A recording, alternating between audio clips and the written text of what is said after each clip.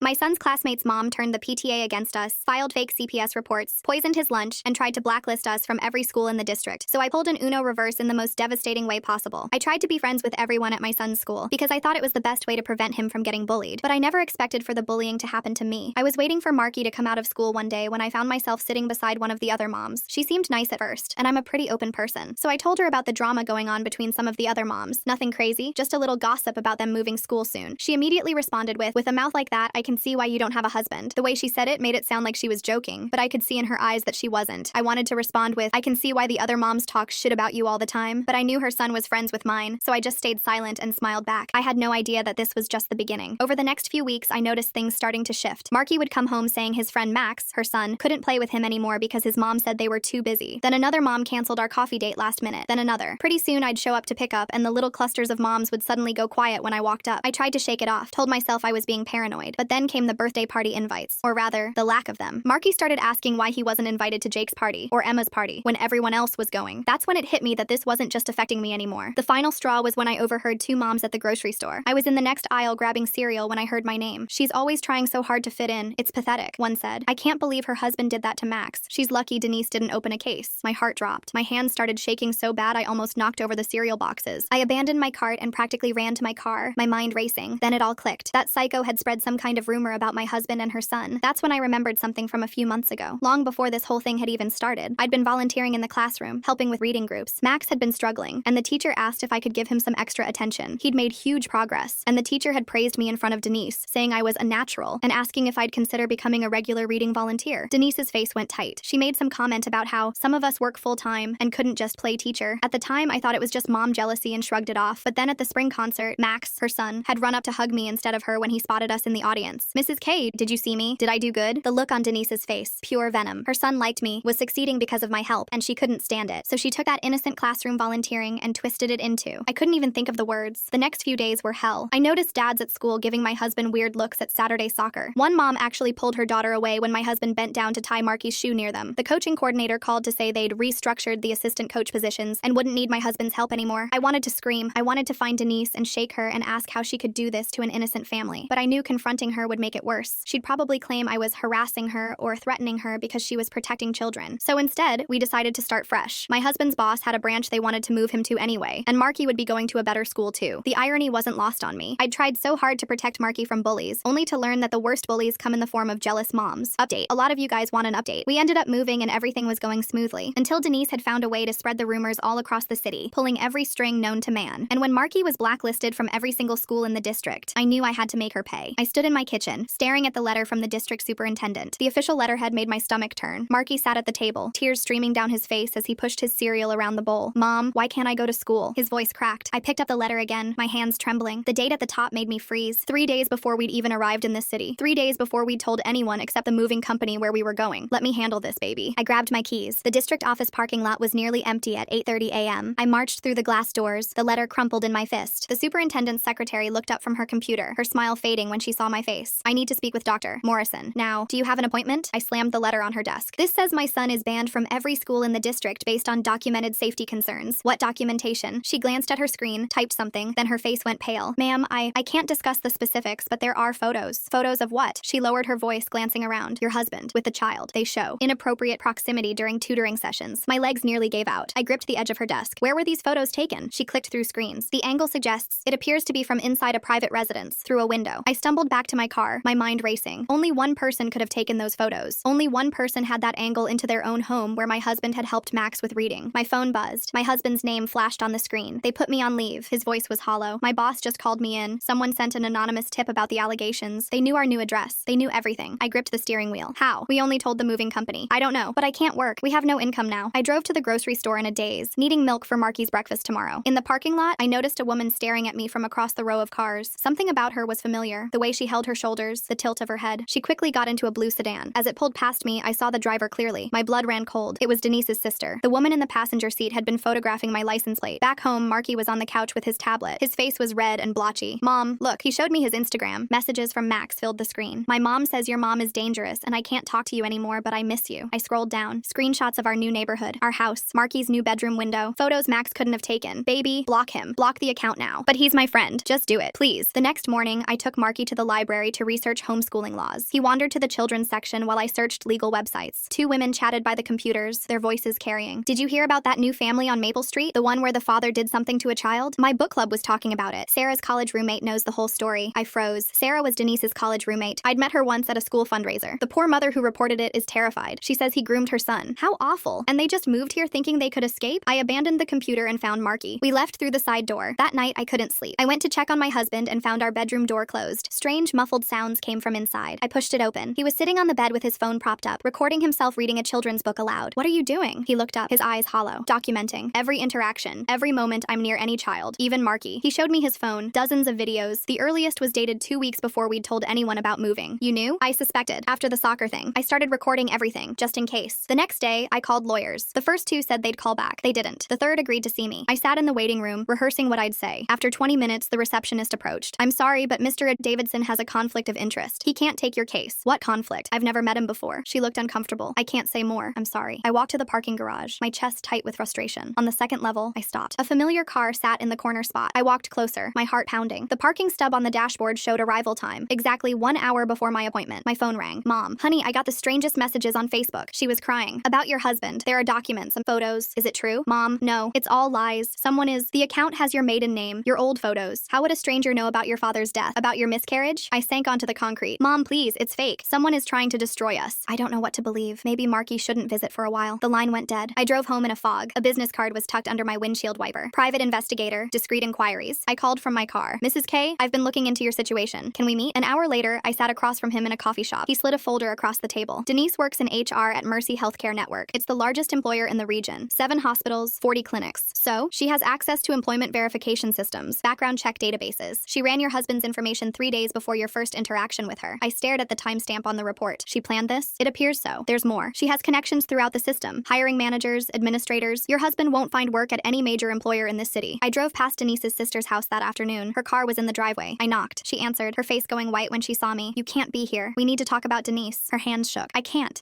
She knows things. What things? She glanced behind her, then stepped outside, closing the door. My addiction. 5 years ago. I went to rehab. She has the records, photos. If I don't help her, she'll tell my ex. I'll lose custody of my kids. Help her how? Following you. Reporting where you go, who you talk to. Tears ran down her face. She has files. On lots of parents from school. She knows everyone's secrets. You have to tell someone. With what proof? She's too smart. Everything looks legitimate. She backed toward her door. Please go. If she finds out I talked to you, I left, my mind spinning. At the hospital the next day, my husband's mandatory psych evaluation was rescheduled. Again, the receptionist wore a familiar necklace. I'd seen it in Denise's Instagram posts. The best friend from her wedding photos. System error, she said sweetly. We'll call you to reschedule. We never got that call. That evening, Marky showed me his phone. Mom, look at this. A TikTok video played. Kids from his old school doing a stranger danger challenge. They held up photos of creepy adults to avoid. My husband's face appeared. When was this posted? He checked. Yesterday. But look, he showed me the account, created the day before we moved. I'd had enough. I drove to the police station to file a harassment complaint. The officer took notes, nodding sympathetically. We'll look into it, but you should know, Ms. Denise already filed a protective order request. She says you've been stalking her online. She has screenshots. Screenshots of what? He turned his monitor. A Facebook account with my photos. Messages to Denise, threats, harassment, all from an account I'd never created. This isn't mine. Check the IP address, check anything. We will. But until then, you need to stay away from her. I walked to my car, defeated. At home, something felt wrong. The garbage cans were slightly moved. I checked the security footage. A woman in a dark wig had been photographing our mail. The way she walked, favoring her left hip. The same hip Denise had injured in college, according to her Instagram posts about her fitness journey. The next morning, Marky had a panic attack at school. The nurse called me to pick him up. He kept saying my dad didn't do anything wrong over and over. Unprompted. I have to document that. Document it why? She looked uncomfortable. It's concerning behavior. When children repeatedly deny abuse without being asked. He's being bullied. Kids are showing him TikToks calling his father a predator. I'm just following protocol. She handed me forms. The language was eerily similar to Denise's original allegations. I hired a new lawyer with the last of our savings. She dug deeper than the others. I found something interesting. Denise doesn't have a son named Max. What? Max is her nephew. Lives in Colorado with his parents. Hasn't seen Denise in 2 years. I stared at the photos she showed me. The real Max. Different child. Same name. She used her nephew's identity. Created an entire fictional narrative. The question is why. My phone rang before I could answer. The lawyer's name on the screen. Get home now. CPS is there with an emergency removal order. I broke every speed limit. Police cars filled my driveway. Marky stood on the lawn with a social worker, a small suitcase beside him. Mommy! He tried to run to me, but the social worker held him back. My husband was in handcuffs by the police car. I tried to show them the evidence, the recordings. They said I was interfering. We received 47 reports in the last 48 hours, the social worker said. We have no choice. 47? That's impossible. Different names, different phone numbers, but all expressing serious concerns about your son's safety. I watched them put Marky in the car. His face in the window broke me. My husband was driven away in another car. One officer lingered. Between you and me, it's strange. The caller who triggered the emergency order knew exactly which judge was on duty, Judge Patterson. So, his daughter works at Mercy Healthcare, in HR. At the police station, I waited for my husband's processing. Officers discussed the case openly, thinking I couldn't hear. Anonymous caller had everything. Dates, times, even knew the judge's rotation schedule. Someone did their homework, or had inside information. Hours later, they told me bail was set impossibly high. Given the nature of the allegations, they said. I drove to the foster facility. They wouldn't let me see Marky. High-risk classification, the intake coordinator said. I recognized her from Denise's birthday party photos. It's for his safety. Her signature on the forms was dated before the CPS report was filed. My sister called that night. I've been getting calls from someone named Denise. She says you're unstable, that I should consider taking Marky. You can't believe her. She knows about my divorce, about my money problems. She says she can help with the legal fees if I file for custody. She's manipulating you. Is she? Or are you just paranoid? Maybe Marky would be better off. I hung up. The PI called at midnight. Meet me at the diner. I found something. He slid a folder across the booth. Newspaper clippings, court documents. Denise's ex-husband died 2 years ago. Sewers lied. But look at the custody battle records. I read, my hands shaking. Similar allegations. Coaching children. Inappropriate contact. No evidence, but he lost custody anyway. His Sewers lied note, the PI said quietly. His mother kept the real one. The one the police have is edited. I read the photocopy. She'll never stop until she destroys me. She took my children with lies. Now she's taking my life. Don't let her do this to anyone else. Back home, the empty house echoed. I found Marky's teddy bear on his bed and hugged it. Something hard pressed against my chest. I felt along the seam. A small slit. Inside, a tiny device. My phone buzzed. An app notification I didn't recognize. I opened it. Audio files. Recordings from our home. Date stamps going back 6 months. From a play date when Max had forgotten his bear. I drove to the psychiatric hospital the next morning. If I was going to fight accusations of instability, I needed documentation of my mental health. Voluntary 24-hour evaluation, I told them. The intake nurse smiled. We've been expecting you. Your friend Denise called. She's very concerned. She's not my friend. She said you'd say that. Part of the paranoia. The psychiatrist assigned to me looked familiar. I went to college with Denise, she said. She told me about your situation. When? Oh, we've kept in touch. She mentioned you months ago. Said you were showing concerning behaviors. Her notes were already written. Details I hadn't shared yet filled the pages. That night, another patient whispered to me in the hall. That woman keeps calling, asking about your medication, what you're taking, doses, everything. Who? Denise. Says she's your emergency contact. The staff tell her everything. Released the next morning, I went home to shower. My anxiety medication was gone. The bottle empty. Security footage showed nothing unusual, but the only person with access was the cleaning lady, the one Denise had recommended months ago. At the emergency custody hearing, my mother testified against me. She's been erratic. These videos show her breaking down, screaming, crying. The videos played. Me, exhausted, sobbing after days of harassment, edited to remove context. Just a woman falling apart. During a recess, I went to the bathroom. Denise was on the phone in a stall. He'll crack soon, then we'll have our confession. Make sure he's in Block C. That's where they put the child predators. I ran out, called the jail. Too late. My husband had been attacked. Broken ribs. Internal bleeding. He refused to see me. His mother arrived at the hospital. I've hired my own lawyer. I'm filing for custody of Marky. You clearly can't protect him. From what? Lies? She held up a folder. Your therapy records. Your history of anxiety, depression. You're unfit. How did you get those? Does it matter? My grandson needs stability. Bank accounts frozen. Investigation ongoing. I checked into a motel with the cash I had left. My phone rang. Denise, this can all go away. Just have your husband confess. Admit what he did. I'll make sure Marky is returned to you. He didn't do anything. Everyone's already convinced he did. Why fight it? How did you find me? I know everything about you. Where you go, who you talk to, what you're planning. She paused. Room 237 at the Sunset Motel, right? I hung up and drove to her house. She answered the door with a smile. You're violating the protective order. I don't care anymore. She held up her phone. A live stream. Marky in a bedroom crying. I want my mommy, he sobbed. That's my friend's foster home. She keeps me updated. She smiled wider. He cries for you every night. I followed her when she left an hour later. She drove to a storage facility on the edge of town. I watched from my car as she entered Unit 47. When she left, I broke in. Boxes lined the walls, each labeled with a child's name. Inside, photos, documents, recordings, dozens of families, their secrets cataloged. My phone buzzed. Denise's sister. Meet me at the old playground. Urgent. She was pacing when I arrived. I found something. About our father. What? He didn't die naturally. His heart medication. She withheld it. Made it look like he forgot to take it. She handed me a journal. He wrote about it, how she threatened him. Said if he didn't change his will, she'd make sure he had an accident. We have to go to the police. With what? He's been cremated. No evidence. She looked broken. She's done this before. She'll do it again. At the police station, a detective finally listened. We've been watching her since her ex-husband's death, but she's careful. We need a pattern. I have evidence. Recordings, documents. Obtained how? I stayed silent. Without legal means, it's useless. But keep documenting. We're building a case. That evening, Denise appeared at my motel. I'm filing for guardianship of Marky. As a concerned community member, someone needs to protect him from you. She handed me papers, filed 3 days ago, before CPS even took him. You planned this from the beginning. I plan everything. She smiled. Your husband's job here. The schools Marky could attend. Which judge would be on duty. Which foster family would take him. Everything. After she left, I met with Denise's ex-husband's mother. She looked ancient. Grief etched in every line. This is his real note. She handed me a sealed envelope. I kept it hidden, but you need it now. I read it in my car. Every detail of Denise's campaign. How she isolated him, turned his family against him, made him question reality, used their children as weapons. She made me believe I was guilty of things I never did, made others believe it too. By the end, even I wondered if maybe I had done something and forgotten. That's her gift, making you doubt your own truth. The DA agreed to meet. This is substantial. substantial, but she's filed charges against you. Stalking, harassment, she has extensive documentation. It's all fabricated, maybe, but it'll take time to prove. The assistant kept checking her phone. In the meantime, stay away from her. At Marky's custody hearing, Denise sat in the front row. 12 community members had written letters supporting her guardianship petition. I recognized names, parents from school, people whose secrets were in those boxes. My lawyer stood. Your Honor, we have evidence that Mrs. Denise has been systematically. The doors burst open. Denise's sister ran in. I have a recording of her admitting everything. The courtroom erupted. Denise's sister connected her phone to the court system. Denise's voice filled the room. Of course I made it all up. Max isn't even my son, but that bitch thought she could waltz in and make everyone love her. Make my nephew love her more than me. I couldn't let that happen. Denise stood slowly. That's clearly edited. My sister is mentally ill. Look at her psychiatric records. She produced a folder. From yesterday, Dr. Morrison confirmed she's having delusions. I wore a wire, her sister said. The police have the full recording. The judge called a recess. In chambers, my lawyer presented the HR access logs, Denise's illegal searches, background checks on dozens of families, including the judges. She researched your daughter, Your Honor, your wife, looking for leverage. The judge's face went cold. I'm ordering an immediate investigation, full custody to the mother pending review. Denise screamed in the courtroom. You don't understand. She hurt Max. She's getting away with it. Ma'am, you just testified Max is your nephew, not your son. He is my son, in every way that matters, and she took him from me. Her composure finally cracked. She made him love her more, just like everyone always loves everyone more than me. Security escorted her out. She leaned close as she passed. I kept copies of everything. This isn't over. Her lawyer immediately withdrew from the case, citing ethical concerns. At the foster facility, I finally held Marky. He was too thin, shadows under his eyes. Mom, why did Mrs. Denise say you hurt Max? Max isn't even real, is he? How did you know? The stories never made sense. He said he lived on Elm Street, then Oak Street. Said his birthday was in June, then September. Kids notice stuff. You're so smart, baby. Can we go home now? Soon. Dad's still in the hospital, but soon. 6 months later, we lived in another state. Denise was in jail awaiting trial for fraud, stalking, filing false reports, and identity theft. Her sister testified against her. So did 17 other families who'd found the courage to speak up. Marky was in therapy. He still had nightmares. Still asked why someone would lie about his dad. My husband's physical wounds healed. The emotional ones would take longer. He couldn't be alone with children anymore, even Marky. The fear was too deep. I still checked doors twice, screenshot everything, record conversations, save receipts. The hypervigilance might never fade, but we survived. Denise had taken so much. Our peace, our trust, our sense of safety, but she hadn't destroyed us. That had to count for something. The morning after Denise's arrest, I woke to my phone buzzing frantically. 23 missed calls, all from numbers I didn't recognize. The first voicemail made my blood freeze. Mrs. K, this is Principal Henderson from Riverside Elementary. We received concerning documentation about your family. We need to discuss your son's enrollment immediately. My hands shook as I listened to the next message, then the next. Each school in our new district had received packages overnight. Detailed timelines, fabricated evidence, photos that shouldn't exist. I found my husband in Marky's room watching him sleep. Dark circles shadowed his eyes. He hadn't slept properly since the attack. They called my new job, he whispered. HR wants to meet Monday. Someone sent them newspaper clippings about the trial. But Denise is in jail. How? The packages were mailed 2 days before her arrest. His voice cracked. She prepared for this. Marky stirred, reaching for his father. My husband flinched back involuntarily. The movement was subtle, but Marky's eyes opened, catching it. The hurt that flashed across his face made my chest ache. Dad doesn't want to hug me anymore, Marky said at breakfast, pushing eggs around his plate. That's not true, baby. Dad's just scared of me because of what she said. He looked up, eyes too knowing for 8 years old. The other kids at my new school already know. Someone told them. I drove to Riverside Elementary, determined to fix this. The principal's office felt smaller than before. Henderson's expression had changed from welcoming to wary. These allegations are serious, she said, sliding a folder across her desk. I opened it. My breath caught. Photos of my husband at Marky's previous school events, each one edited subtly. Shadows added, angles manipulated, innocent moments transformed into something sinister. These are doctored. Look at the metadata. We have to investigate. It's protocol. She pulled out forms. Until then, perhaps homeschooling would be best. You're punishing my son for lies spread by a woman in jail? We're protecting all our students. Her tone was final. The decision stands. Outside, I called our lawyer. She sounded exhausted. Denise hired a PR firm before her arrest. They're pushing the narrative that she's a whistleblower being silenced. 3 parenting blogs picked it up this morning. Can't we sue? With what money? Your accounts are still frozen pending investigation. That afternoon, I found Marky in his room, tablet in hand. His face was pale. Mom, look, a YouTube video played. The Denise Matthews story, a mother's fight for justice. Professional production, emotional music. Denise, looking haggard but noble, speaking to the camera. I only wanted to protect children. Now I'm being punished for speaking truth. The comment section was brutal. Hundreds of people calling us monsters, demanding justice for Denise. Someone had posted our new address. I yanked the tablet away. No more internet. Not for a while. But my friends, your real friends can call our landline. He laughed bitterly. What friends? Everyone thinks Dad's a... He couldn't finish the sentence. My husband quit his job that night. Didn't wait for Monday's meeting. Just sent a resignation email and shut down his laptop. I can't do it again, he said, staring at the wall. The looks, the whispers. I can't. We'll figure something out. With what? We're living on credit cards. Marky can't go to school. I can't work. She won. Even from jail, she won. The next morning brought new horrors. Our neighbor knocked, holding a flyer. These were on every door in the neighborhood. The flyer showed my husband's face. Protect your children, in bold letters. Below, carefully crafted language that stopped just short of libel. Contact information for concerned citizens to report suspicious behavior. We don't believe it, our neighbor said quickly, but others might. You should know there's a neighborhood watch meeting tonight. About safety concerns. I spent the day inside, curtains drawn. Marky tried to play in the backyard, but came in after 10 minutes. The kids next door went inside when they saw me. Their mom was watching from the window. That evening, I watched the neighborhood meeting from our darkened living room. 60 people gathered in the Johnsons' driveway. I couldn't hear words, but I saw the flyers, the concerned faces, the way they glanced at our house. My phone rang. An unknown number. I almost didn't answer. Don't hang up. The voice was familiar. Denise's sister. I'm at a payphone. She doesn't know I'm calling. What do you want? She has people on the outside. They're being paid to continue her work. She calls them from jail. Gives instructions. Who? Give me names. I don't know. She's careful, but there's something else. She had a backup plan. If she got caught, documents hidden, more than what you found in the storage unit. Where? I think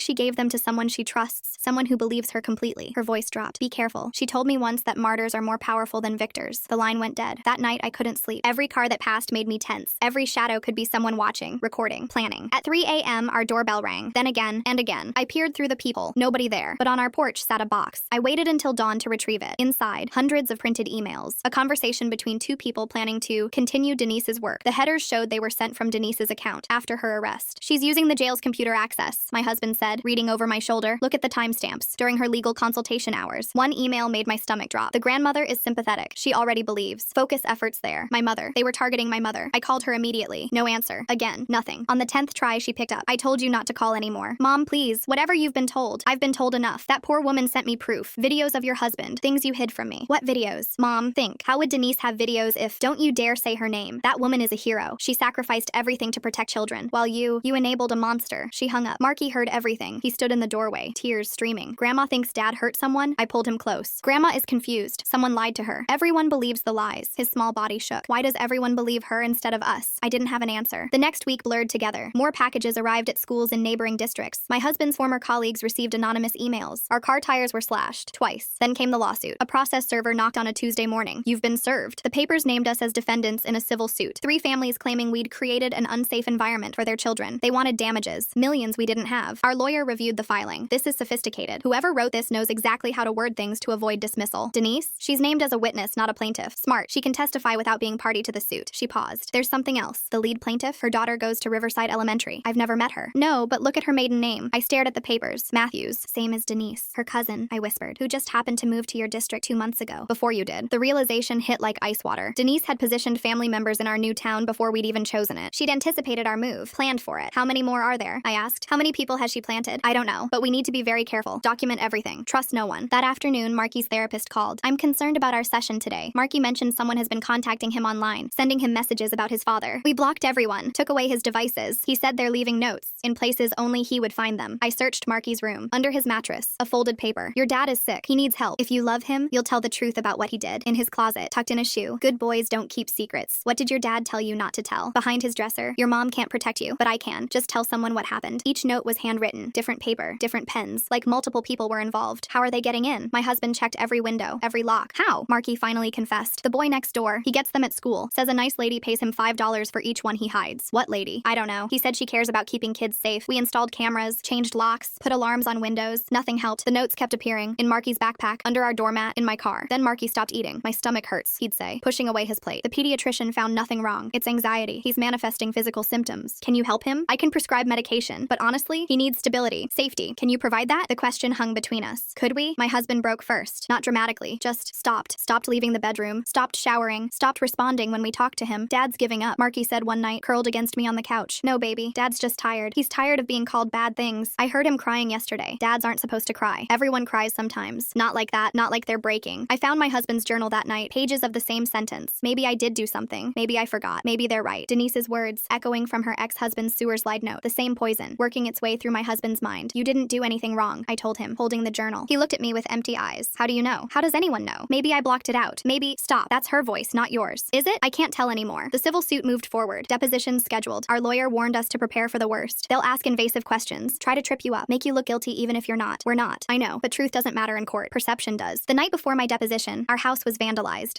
Spray painted across our garage. Every window soaked with accusations. I cleaned it myself. Didn't call the police. What was the point? They'd just add it to the file. More evidence of community concern. The deposition was held in a glass office building. Denise's cousin sat across the table, perfectly styled. Cold eyes just like Denise's. Her lawyer started gently. Background questions, easy answers, then the shift. Have you ever been alone with other people's children? I volunteered at school. Many parents do. But specifically alone, behind closed doors. Reading groups sometimes. So yes, you've been alone with children. Multiple children. Every answer twisted. Every word weaponized. 5 hours of careful manipulation. During a break, I overheard the cousin on the phone. She's cracking, just like you said she would. The husband's next. He'll be easier. They were right. My husband lasted 2 hours before breaking down, not admitting guilt, just sobbing, broken. The court reporter documented every tear. We need to consider a settlement, our lawyer said after. We didn't do anything wrong. I know, but fighting this could take years, cost everything, and meanwhile, Marky suffers. That night, I found Marky writing a letter. Dear Mrs. Denise, it started. Please make this stop. I'll say whatever you want. Just please let my family be happy again. I grabbed the paper. You can't send this. Why not? Maybe if I lie, say dad did something, she'll leave us alone. Baby, no. We don't lie. Not even to make bad things stop. But the truth isn't helping. He screamed it. 8 years old and screaming like his heart was breaking. Nobody believes the truth. The lies are winning. I held him while he sobbed. My husband heard from the bedroom but didn't come out. Couldn't face his son's pain. The next morning, our lawyer called. Denise was granted a new hearing. Some technicality her new team found. She might get bail. How? She has resources we don't. A PR firm. A legal team. People on the outside working for her. Funded by? I'm looking into it, but money trails take time. Time we didn't have. Each day brought new erosion. My husband spoke less. Marky smiled never. I held us together with increasingly fragile thread. Then the breakthrough came from an unexpected source. A woman called. Elderly. Nervous. I saw the news about your family. About Denise. First, I knew her in college. And she did this before. To a boyfriend. When he tried to break up with her. Made accusations. Ruined his life. He transferred schools. Changed his name. But I remembered. Would you testify? I'm scared. She threatened me back then. Said she'd do the same to me if I talked. Please. My son is 8. He's suffering. A long pause. Send your lawyer my information. I'll think about it. Hope. Fragile but real. I shared the news with my husband. He barely responded. It won't matter. She's already won. Look at us. Look at what we've become. We're still here. Still fighting. You're fighting. I'm just existing. That night, I made a decision. If Denise could plan, so could I. If she could document, I could too. I started my own files. Every incident. Every witness. Every pattern. But more importantly, I started recording our truth. Videos of Marky laughing on good days. My husband helping with homework. Normal moments that showed who we really were. Why are you filming everything? Marky asked. Because someday, when this is over, I want you to remember that we had good times too. That we were happy. That we loved each other.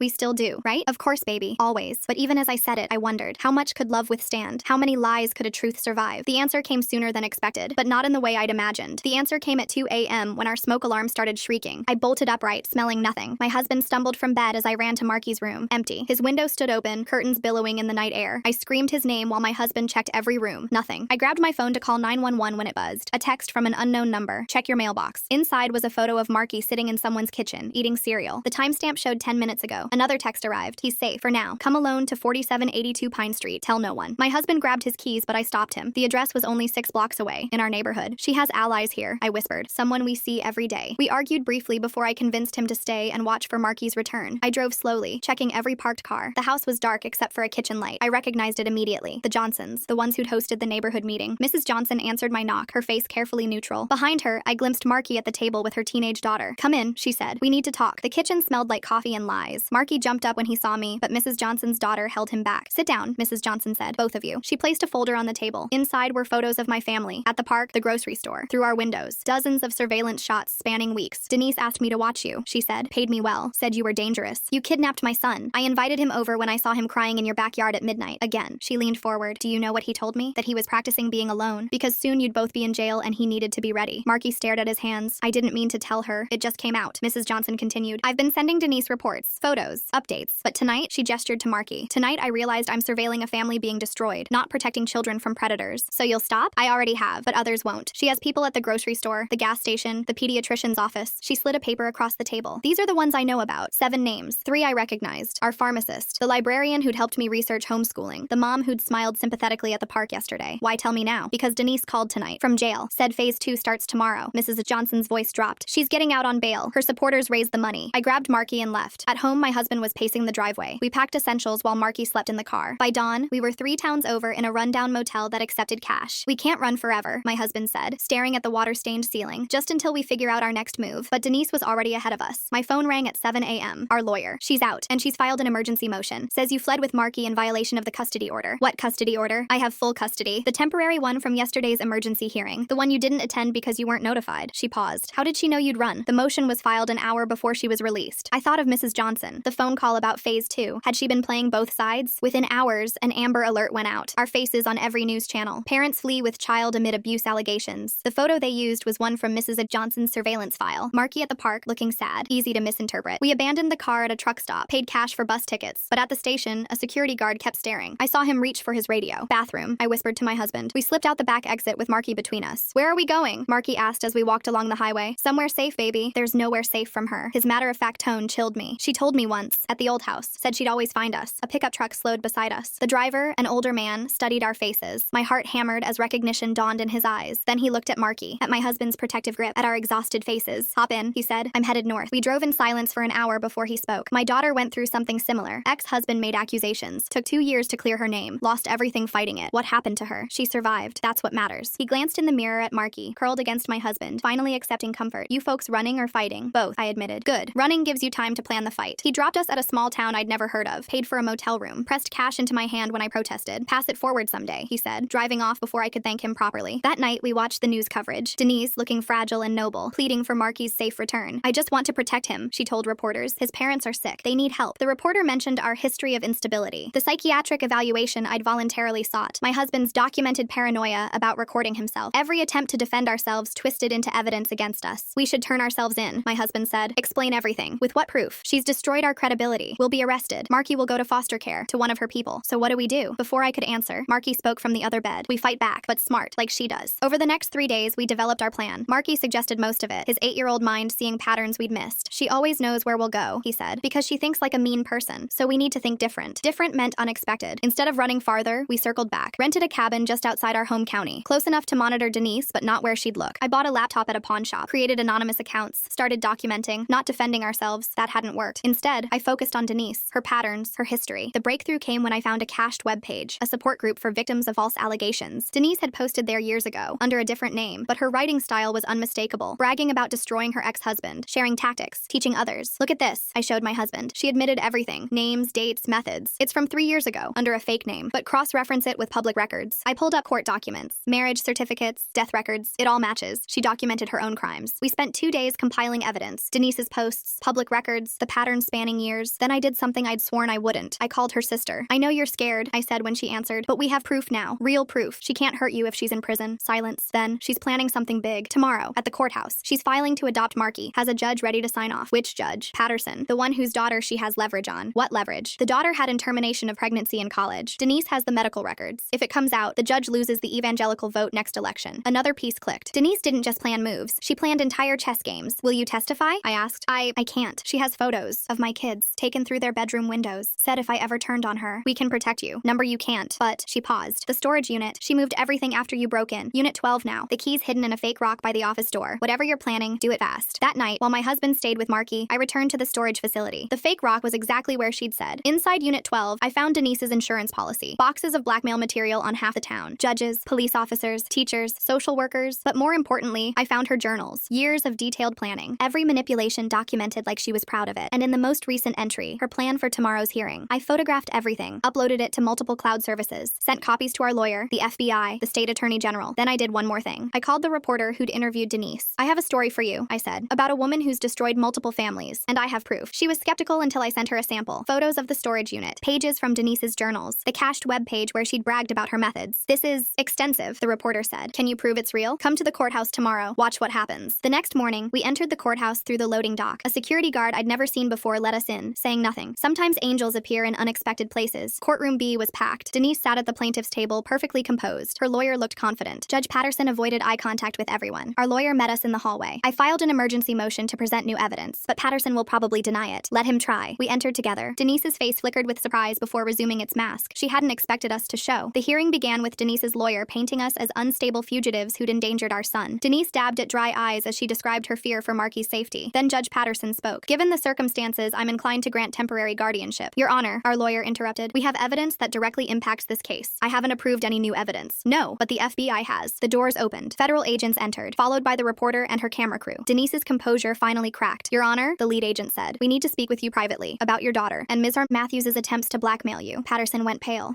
This hearing is postponed." "No," the agent said. "It's over, as is Ms. Matthews's campaign of terror." They arrested Denise in the courtroom. She didn't struggle, just stared at me with those cold eyes as they read her rights. Multiple counts of blackmail, extortion, fraud, conspiracy. "You think you've won," she said as they led her past, "but I've already destroyed you. Look at your husband, your son. You'll never be whole again." She was right about the scars, but wrong about everything else. The reporter interviewed us outside. I kept it simple. "We just want to go home and heal." But first came the cleanup. 17 more arrests over the next week. Denise's network collapsed as people rushed to make deals. Mrs. Johnson testified about the surveillance. The pharmacist admitted to reporting our prescriptions. The foster care coordinator confessed to pre-filing forms. Each revelation felt like a weight lifting. Marky started eating again. My husband spoke in complete sentences. Small victories. The civil suit was dropped. Our bank accounts unfrozen. My husband's job offered him his position back with apologies and a raise. He declined. Trust, once broken, doesn't easily repair. We found a new house 2 states away. Smaller than before, but ours. Marky started at a new school with a principal who'd actually read our file. All of it, including the evidence of Denise's lies. We'll keep him safe here, she promised. And somehow, I believed her. My husband started therapy. Real therapy, not the weaponized version Denise had arranged. Slowly, he began to heal. The flinching stopped. The paranoid recording ended. He could hug Marky again without fear. My mother called one night, sobbing. I'm so sorry. I should have believed you. When I saw the news, saw what she did to all those families. It's okay, Mom. She was very convincing. Can I see Marky? Of course. We'll visit next month. Denise was sentenced to 15 years. Her sister got custody of the real Max and moved across the country. The storage unit evidence helped convict 12 others. Justice, imperfect but real. But the true victory was smaller, quieter. 6 months after the trial, I found Marky in the backyard, teaching our new neighbor's kid to ride a bike, just being a normal child, trusting again. My husband joined me on the porch. He's okay, he said, wonder in his voice. We're okay. Yeah, I said, taking his hand. We are. Denise had been wrong. We were whole. Different than before, maybe. Scarred, certainly, but whole. That night, as I tucked Marky in, he asked, Mom, why did she hate us so much? I'd thought about this often. She didn't hate us, baby. She hated that we were happy, that we had something she couldn't control. Our family, our love. He considered this. So we won because we kept loving each other? Yeah, baby. We won. He smiled and closed his eyes. No more nightmares. No more fear. In the living room, I found my husband writing. Not paranoid documentation, but a letter. To other families going through false allegations. Sharing resources. Offering hope. Want to read it? He asked. I shook my head. I trust you. Trust. Such a small word for such a big victory. We never forgot Denise or what she'd done, but we refused to let her own our future. Every normal day felt like rebellion. Every laugh, a small revolution. And in the end, that's how we won. Not through some grand victory, but through the simple act of refusing to let her break us. We survived. We healed. We chose joy. It was enough.